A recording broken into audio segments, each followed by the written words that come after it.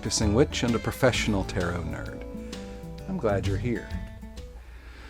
Our word for the day is alchemy. Now, when I hear that word, the first thing that pops into my head is an image of a crazy old wizard hunched over a table surrounded by weird equipment and strange fumes. Every so often, in my imagination at least, this crazy old wizard yells, "Eureka!" for no apparent reason. Maybe that's what you think of too. The origin of the word alchemy is a bit hazy. Alchemia, the direct ancestor of the English word, comes from Arabic. And that's the only thing scholars are really sure of. The al part is Arabic for thee.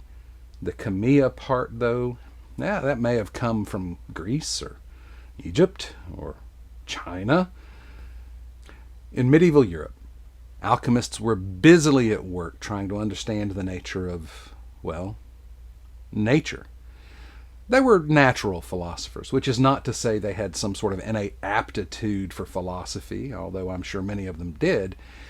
Natural philosophy is the philosophy of nature.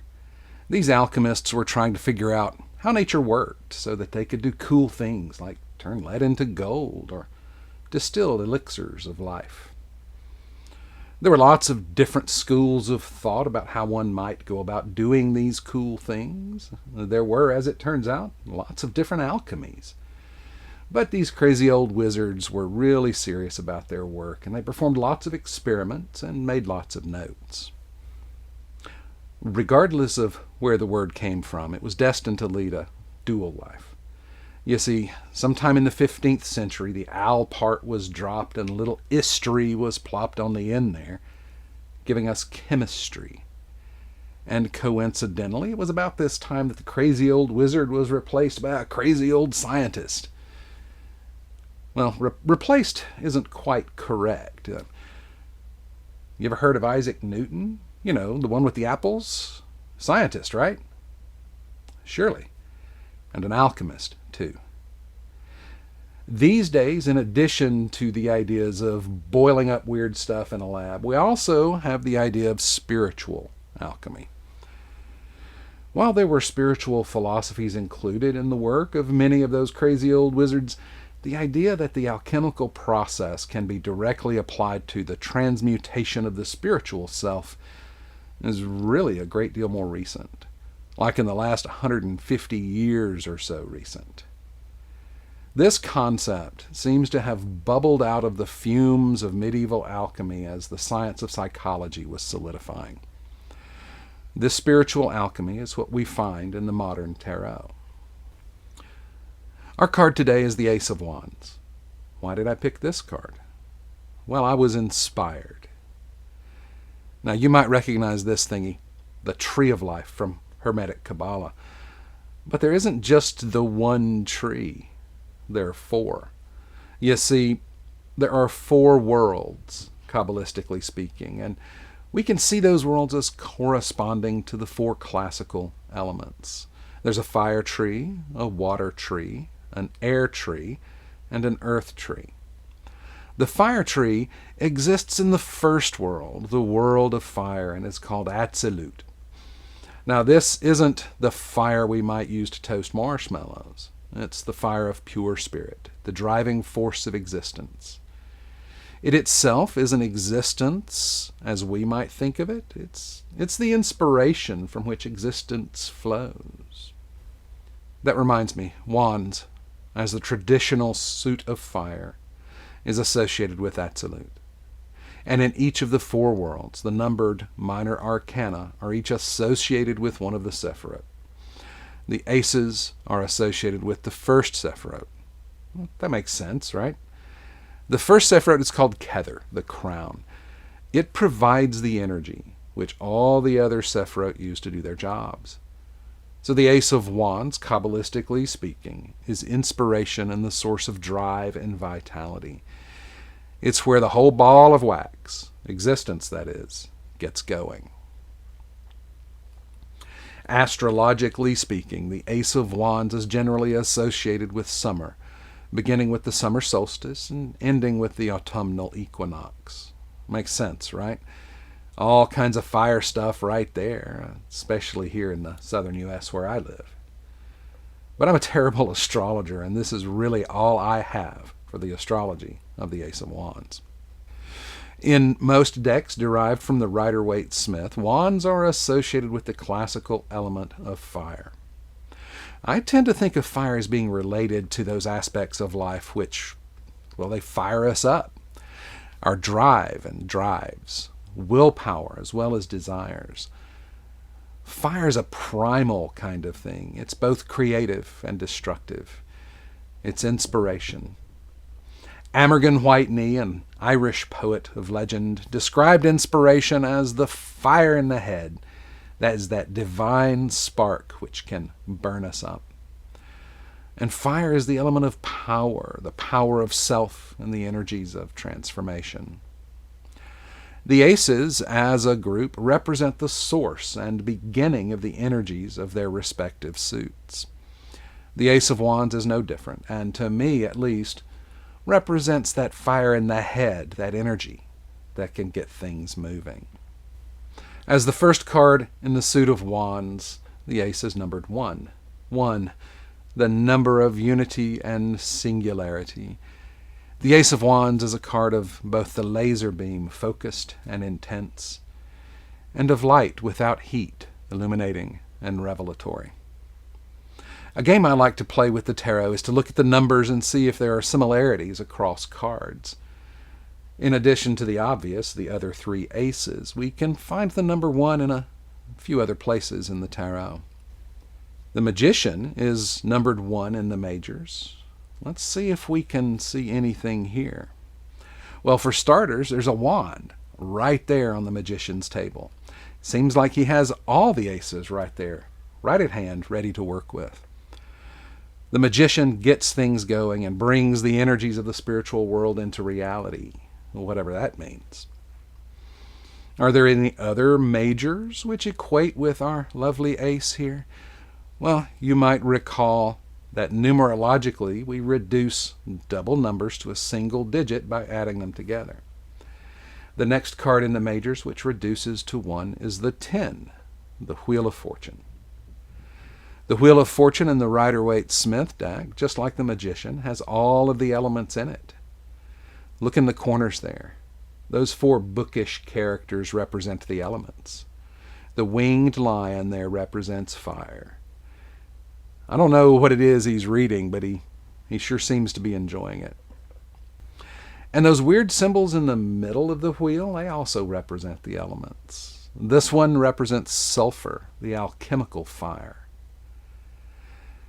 While the Magician brings energy into reality, the wheel kind of stirs them up, mixing them into something new.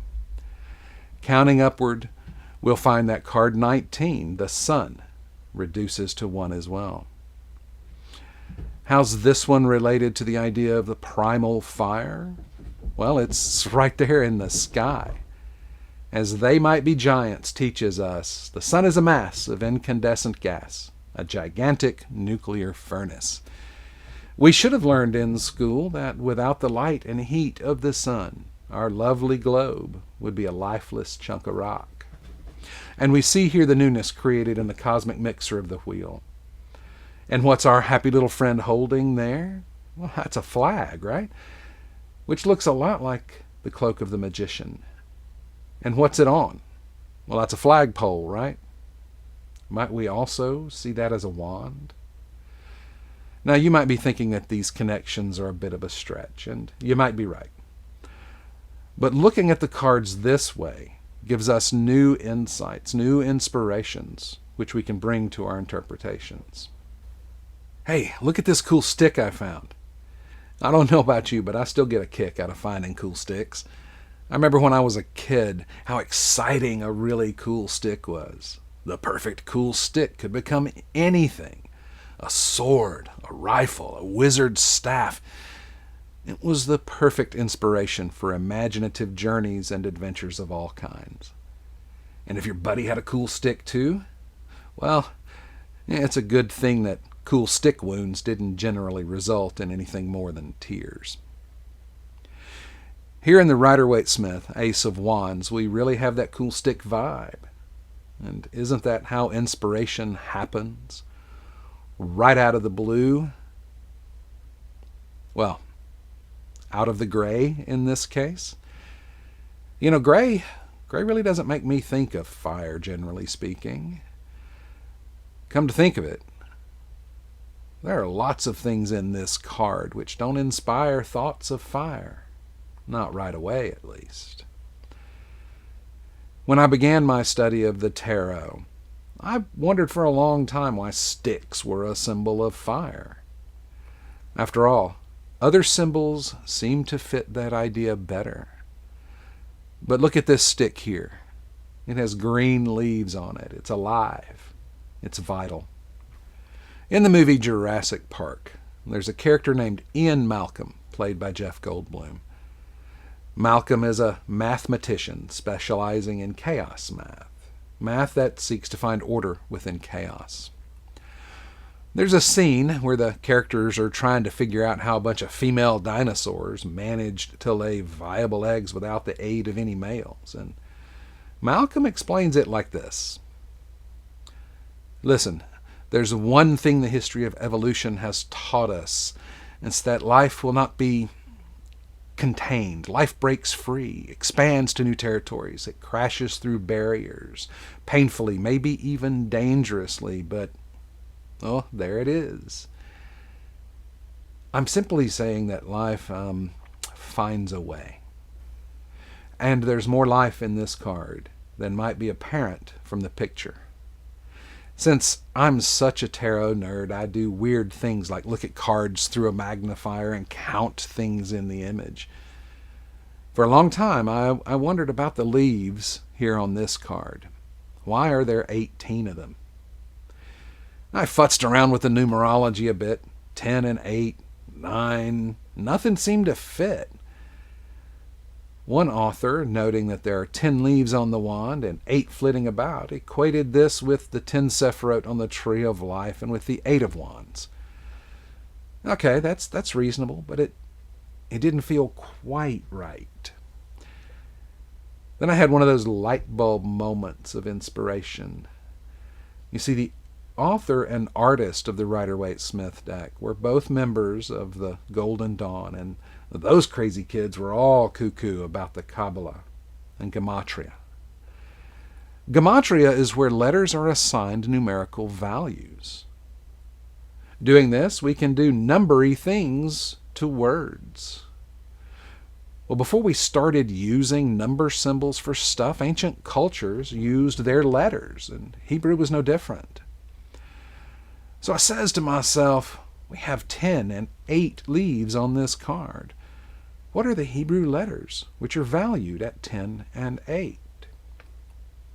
Well, as it turns out, the Hebrew letter chet is 8, and the letter yud is 10. And these letters combine into the word chai, which means, wait for it, alive.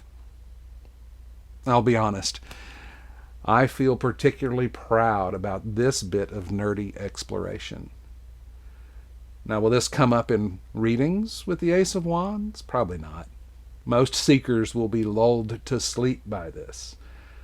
But it does get me closer to the card and to have a deeper understanding of it. Now, what's with that magic hand there offering us a magic stick out of a cloud? Well, that magic hand gets around in the Rider-Waite-Smith deck. It appears on each of the aces, offering the symbol of each suit, and it's all glowy, too. It seems to me that this is more Qabalah stuff, as the aces are associated with Kether, the first Sephirah. I mean, inspiration begins somewhere. Why not with a cool stick? Is this all there is in this card? A magic hand offering us a cool stick? Could be. But there is stuff there in the background.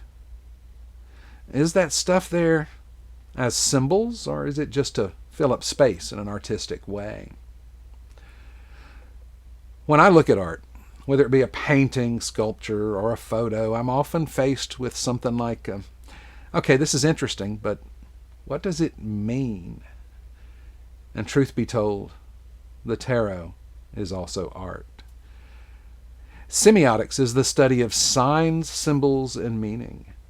And it seems to me that an important part of this study is the sometimes vast space between the artist's intended meaning and the meaning as taken and construed by the viewer. I've not found anything in the writings of A.E. Waite, the designer of the deck, which discusses this lovely pastoral scene in which the card is set.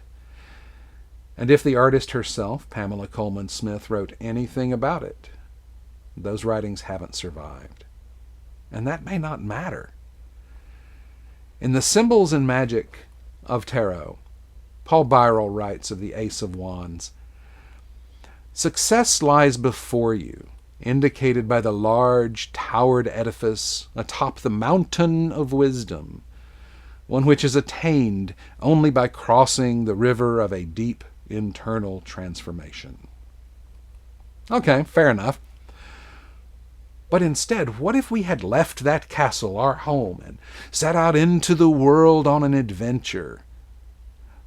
We're looking back now to where we've come from, and being a bit worried about our choice when suddenly, ding-a-ling-ling-ling-ling-ling, a magic hand appears and says, "Hey, here's a cool stick. You might find this useful." You see, there's more to the cards than the intended meaning and the pretty, pretty pictures. As readers, we are a part of that equation too. We aren't merely observers. We are participants in the meaning-making process. Check out this card from the Pulp Tarot by Todd Alcott. We have our friend Magic Hand with a cool stick, but here the stick doesn't have any leaves on it, and that old Magic Hand has a tight grip on it like it's about to smack something. And there's a weird light in that gripping hand.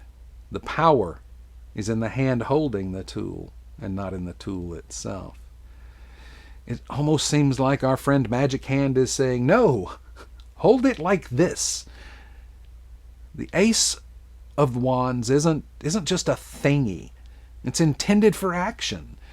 This card is the beginning of the adventure. And we have a nice castle in the background here as well. But it's not built on a lovely hill, but on a great big rock. Now, how might that influence what this castle means to us? In The Wizard's Tarot by Barbara Moore and Mieke Janssens, we aren't visited by a magic hand with a cool stick. Instead, we have a person, a wizard, presumably, holding a nice stick, which has been carved into a right proper wand.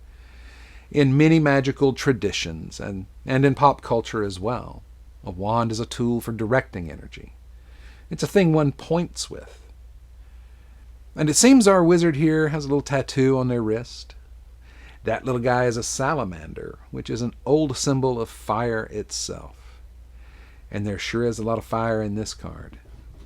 But if we look closely, that fire isn't coming from the wand. It's coming from the wizard. We may use a tool to direct our energy, but that energy doesn't come from the tool. It comes from us. We may use a hammer to drive a nail, but it's our energy that swings the hammer. And that fire here, rising from the wizard, is coiling round the wand in a very snaky kind of way, which reminds me of the idea of our own energy rising up through our bodies, reminiscent of ideas around Kundalini energy. While we're on the subject of energy, let's take a look at a card which is all about a moment that sets things on fire. This is the Ace of Bows from the Wildwood Tarot. Bows in the Wildwood Tarot are equated with wands, the element of fire. Now some folks might look at this card and think, "Oh, they're using their bow wrong. That's not how you shoot an arrow." And they'd be right. But this card isn't about shooting an arrow at all. What's happening here is a kind of fire-starting technique. Fire as a natural thing has been around for a very long time, longer than we humans, longer even than all our ancestors. Now, some might talk about humans discovering fire, but I don't think that's accurate. We didn't discover fire. It was kind of already here. But among all the critters on our lovely planet, humans and our ancestors were the first critters to figure out how to use, create, and control fire. I was wondering what that was like. Imagine old Grog wandering about after a storm one day when he comes across a lightning-caused fire. Grog, being brave and intrepid, decides to take a closer look at a pile of smoldering wood. He screws up his courage and picks up a nice smoking stick by the hot end. Ouch. But Grog isn't deterred. He is brave and intrepid after all. He grabs the other end of that, picks that stick up because, this is the neatest stick he's ever found. And as one does with a neat stick, our friend Grog starts waving that neat stick around and the embers awaken into flames. Wow! Grog just has to show his buddies the neatest of all sticks. And he gets back to the cave and shows off the glowy, hot, neatest stick ever. And everybody wants a neat, burny stick. That's probably not how it all started, but we can be relatively sure that naturally occurring fire was the first fire utilized by our ancestors. Now, it probably took a while and lots of trial and error before our ancestors figured out how to make fire whenever they wanted. And you've probably heard of making fire by rubbing sticks together. Now, that's actually a thing. I've done it. It isn't easy, but using a bow drill, like in this card, makes it a lot easier. Now, it doesn't make it easy, mind you, by any stretch of the imagination, but easier and a lot less frustrating. This card shows us the moment when the effort pays off with a spark. The authors call this card the Spark of Life. But unlike other aces of wands, there's no magic hand here just giving us inspiration. No Prometheus just giving us fire. Here, we put in the work. Energy to make energy. Another interesting thing about this card is the arrow. In this deck, arrows correspond with air. The tool of fire, the bow, is used with the tool of air, arrows, to make that spark. After all, fire needs air. Okay, science nerds, sit down. We all know that fire needs an oxidizer and that oxygen isn't the only one of those. But this is philosophy, not physics. So air, an element of the mind, of thought, is used here with fire, an element of drive and will to spark something. It's like that sometimes, right? We have a great idea, but without the energy of our will, it just kind of rolls around there in our little heads. Will gives us the energy to realize this idea, to bring it into reality. And there's one more fire thingy in this card I'd like to point out. See those little sprigs there on the bow? That's juniper, a plant traditionally associated with the element of fire. And once again, we have the idea of a living stick, like we encountered in the Rider-Waite-Smith Ace of Wands. Fire brings fire. That's not something we really need to discover. It's been there all along. We just need to realize it. The Ace of Wands shows us the fire before fire, the spark of life, the fire in the head, the source and origin of drive, desire, and of will. It is the heat which sets creativity alight. It's the light of revelation and inspiration. And it's the power which fuels action. This fire can create and it can destroy. We can harness its energy or be consumed by it. It's vital and alive. This fire is the beginning of the adventure. Thank you so much for spending some of your time with me today. If you've enjoyed your time, please like, subscribe, share, comment. I'm Skaji. Safe journey.